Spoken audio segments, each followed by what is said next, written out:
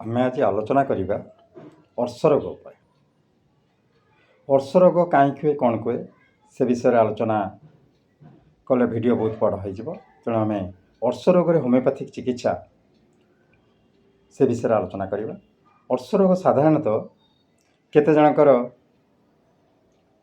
ଅର୍ଶଟା ଭିତରେ ରୁହେ, ମଳଦ୍ୱାର ଭିତରେ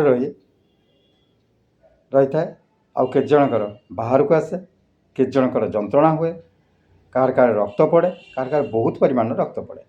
ତେଣୁ ଏସବୁ କ୍ଷେତ୍ରରେ ସାଧାରଣତଃ ଆମେ ବହୁତ ଗୁଡ଼ିଏ ହୋମିଓପାଥିକ୍ ଔଷଧ ଦେଇଥାଉ।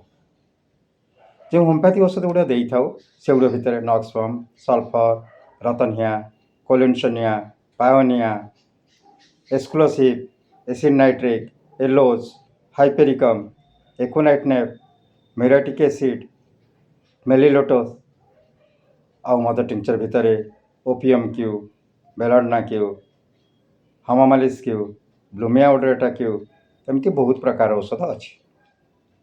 ଯେତେବେଳେ ଆମେ ସାଧାରଣତଃ ଜଣେ ହୋମିଓପାଥିକ୍ ଡାକ୍ତରଙ୍କ ପାଖକୁ ଯାଉ, ସେ ଆମର ଯେଉଁ ଲକ୍ଷଣ ଗୁଡ଼ିକ ଅଛି ସେ ଲକ୍ଷଣ ଗୁଡ଼ିକୁ ଆମର ମିଶାଇ ସାରିଲା ପରେ ଯେଉଁ ଔଷଧକୁ ସେ ନିର୍ଦ୍ଧାରିତ କରୁଛି ସେ ଔଷଧ ଦେଇଥାନ୍ତି ଏବଂ ଅର୍ଶ ସମୂଳେ ବିନାଶ ହୋଇଥାଏ।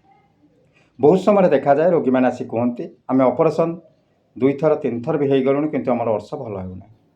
ସେସବୁ କ୍ଷେତ୍ରରେ ମୁଁ ଆପଣମାନଙ୍କୁ ଏତିକି ପରାମର୍ଶ ଦେବି, ଆପଣମାନେ ଜଣେ ଶିକ୍ଷିତ ହୋମିଓପାଥିକ୍ ଅଭିଜ୍ଞ ଡାକ୍ତରଙ୍କ ସହିତ ପରାମର୍ଶ କରନ୍ତୁ।